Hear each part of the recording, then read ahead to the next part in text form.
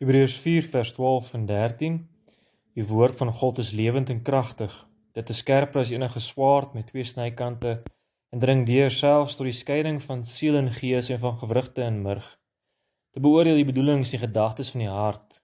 Daar is ook niks in die skepping wat vir God onsigbaar is nie. Alles lê oop en bloot voor sy oë. En aan hom moet ons rekenskap gee. Baie welkom by nog 'n episode van Evangelisasiestasie. Ek en Dominee Jacques van Gereformeerde Kerk Jomep, ek is van Oshakati gemeente, gesels oor die kerk. En ons het al in die vorige video's lekker gesels, ons het al te veel gesels dink ek. Maar dit is goed, ons het gesels oor die kerk, wie die kerk is, die kerk in die Ou Testament, die kerk in die Nuwe Testament en die essensie daarvan.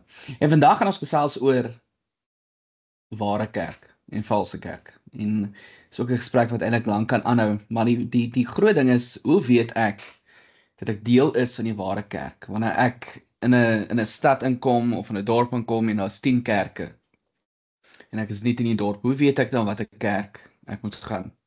Watter kerk ek lidmaat moet word? Of as ek nou al jare lank in 'n gemeente is, hoe weet ek dat ons gemeente waarlik kerk is soos die Here wil hê ons kerk moet wees? En Jacques, ek dink ja, die Nederlandse geloofsbelijdenis gee vir ons eintlik 'n baie eenvoudige antwoord. Maar ons kan ook 'n bietjie daarop uitbrei. So, hoekom gee die Here, of wat is die ware kerk? Hoe weet ek wanneer ek deel is van 'n ware kerk?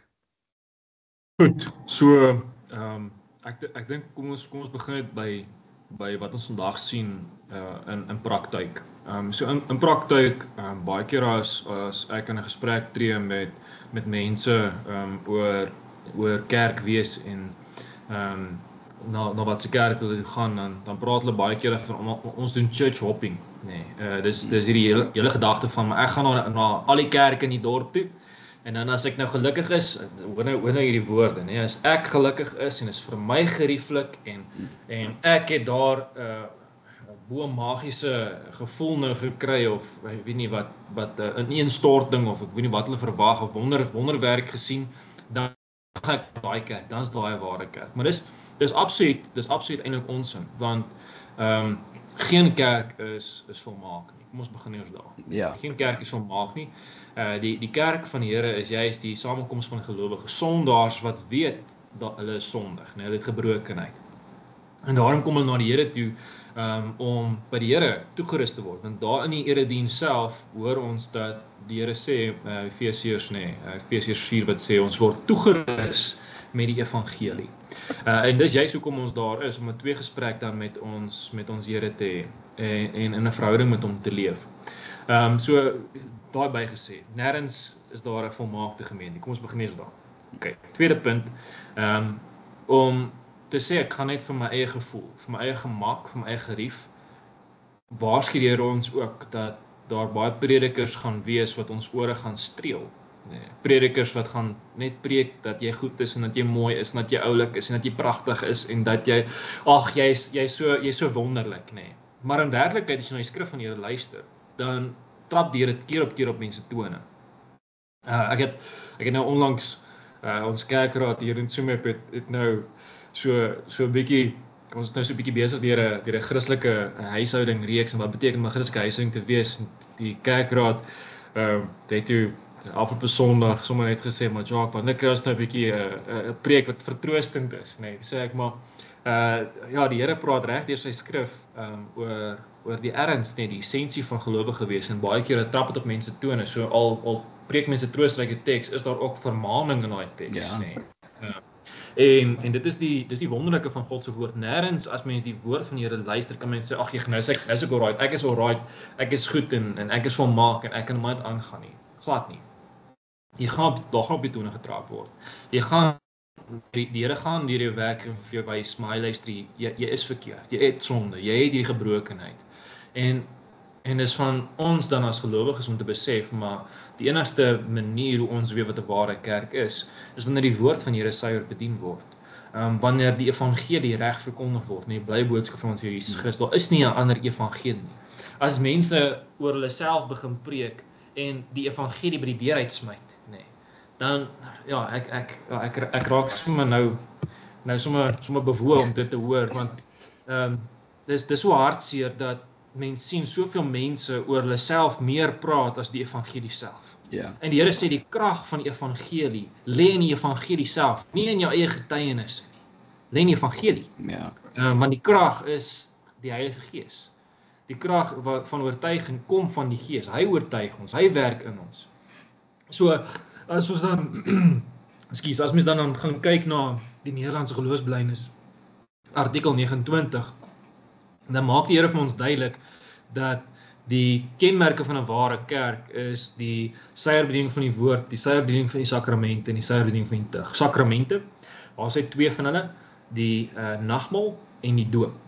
En die tug dan met ander woorde is juist dat die kerkraad die verantwoordelikheid vat om mense wat in sonde leef te gaan oproep uit die woord van die Here te sê, maar luister, ons net so sondig, maar ons kom na julle toe om vir julle te sê, maar die manier hoe julle nou lewe is nie wat die Here van ons vra nie.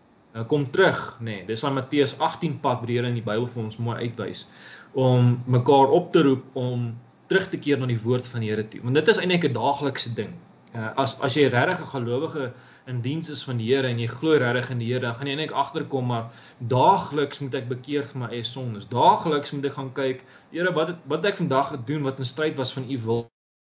Wat ek gedoen wat eintlik my strafwaardig maak vir U. En as mens dit begin doen, dan kom mens eintlik al hoe meer agter wat se strafwaardigheid ons het in die oë van die Here.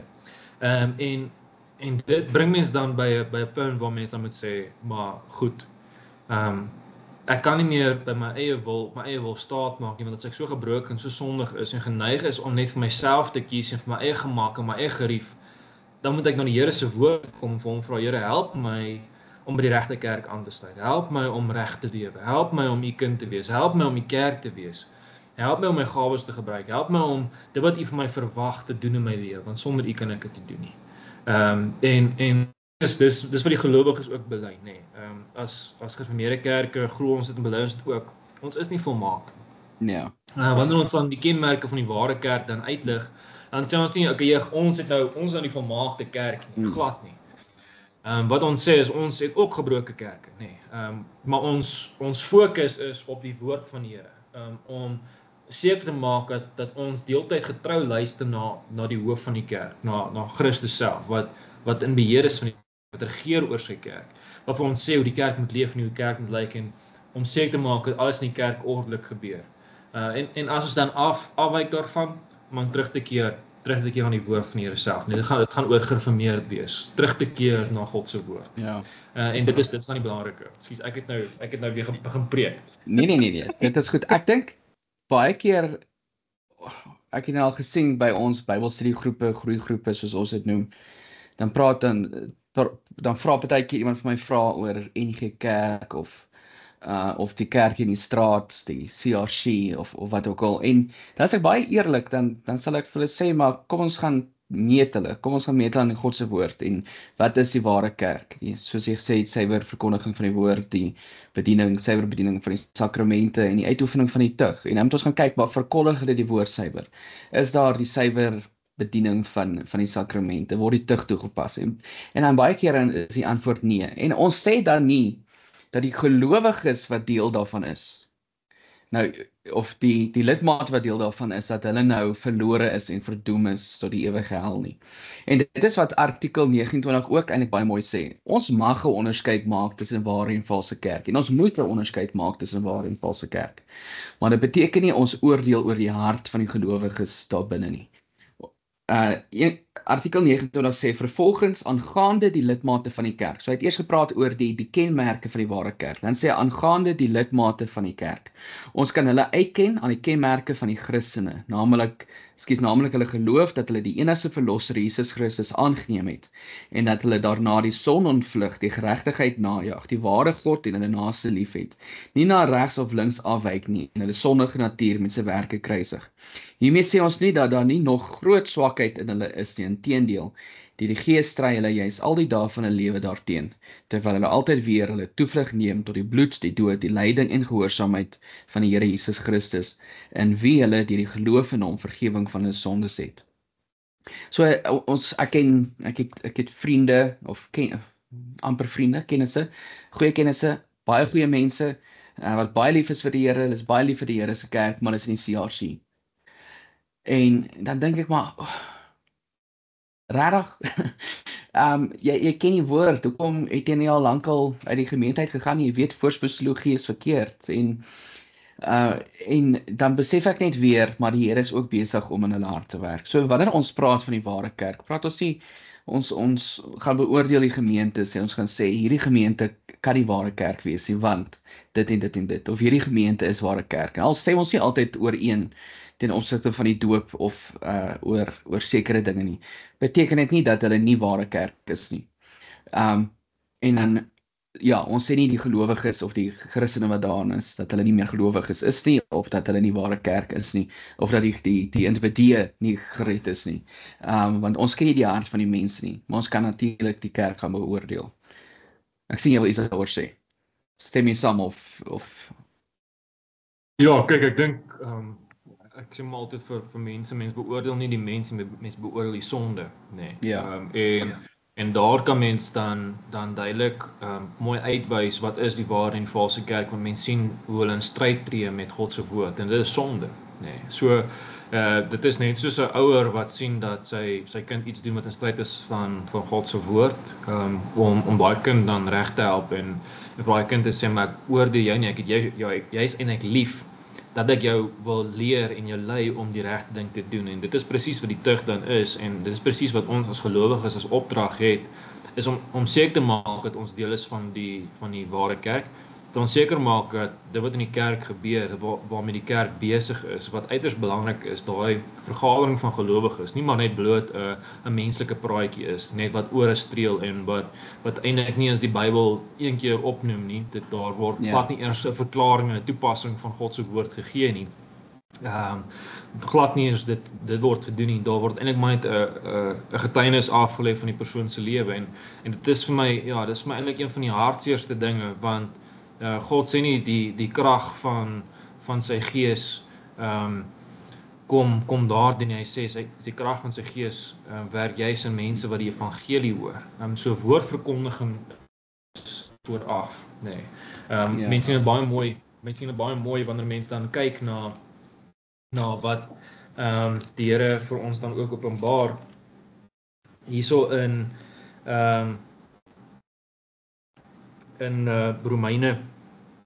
Romeine 10. Dan sê hy hier vir ons baie mooi vanaf vers 14. Maar hoe kan 'n mens hom aanroep as jy nie hom glo nie? En hoe kan jy hom glo as jy nie van hom gehoor het nie? En hoe kan jy van hom hoor sonder iemand wat preek? En hoe kan iemand preek as hy nie gestuur is nie?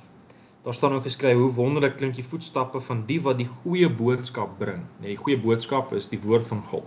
Nie iets anders te nie.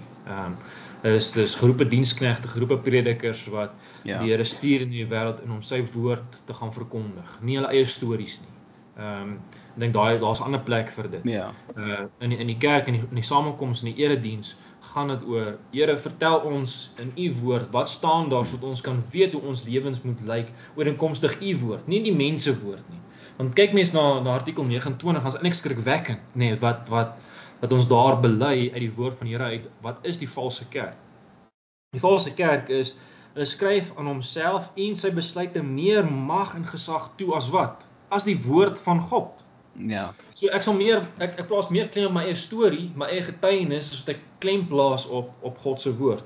Ek sal meer klem plaas op dit wat ek dink, hoe ek voel, hoe my emosies, wat vir my gerieflik is, wat vir my nice is, as ek terugkom na die woord van die Here. Dieselfde, ons kan net maar praat oor homoseksualiteit ook, nee.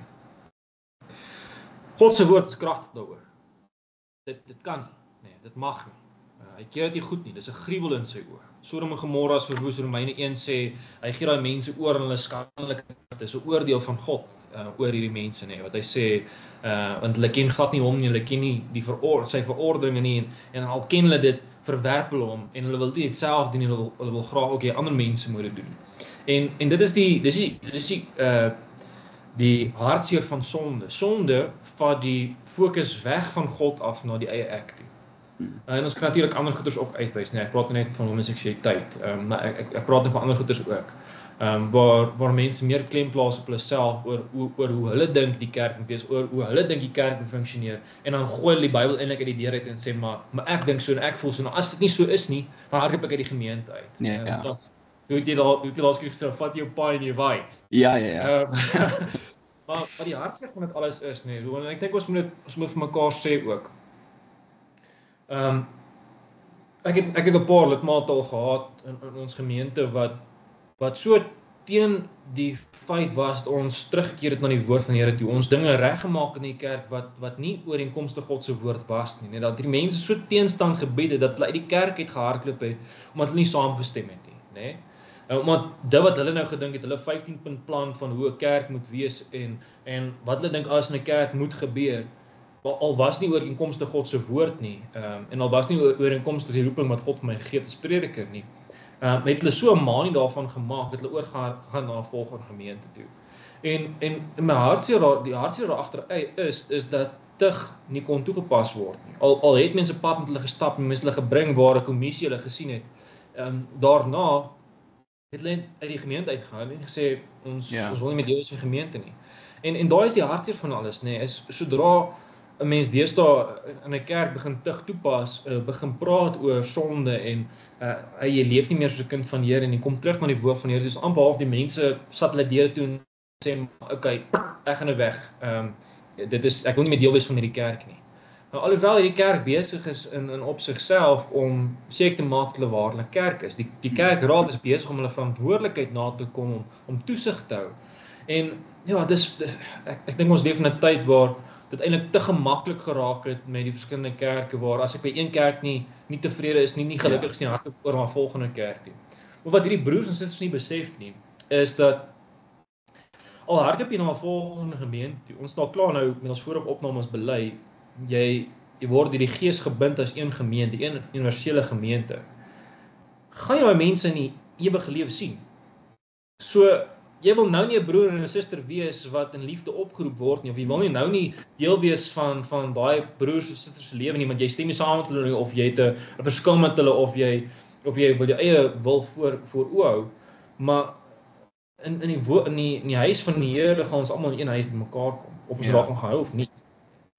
Dan is daar nie meer 'n ding van ek kan gaan na 'n ander kerk toe hop, of ek kan gaan na 'n ander huis toe gaan nie. Nee, dit gaan nie so werk nie. So, en ek dink dit is wat ons as gelowiges moet erns maak, is ons moet van ons troontjies afklim waar ek meer klem plaas op my eie geluk, op wat ek graag wil hê, die feit dat die kerk nie moet iets sê as ek golf speel op 'n Sondag, of as my kinders heeltyd op sportbyeenkomste is, maar ons nooit in die kerk, nooit in katekisasie nie.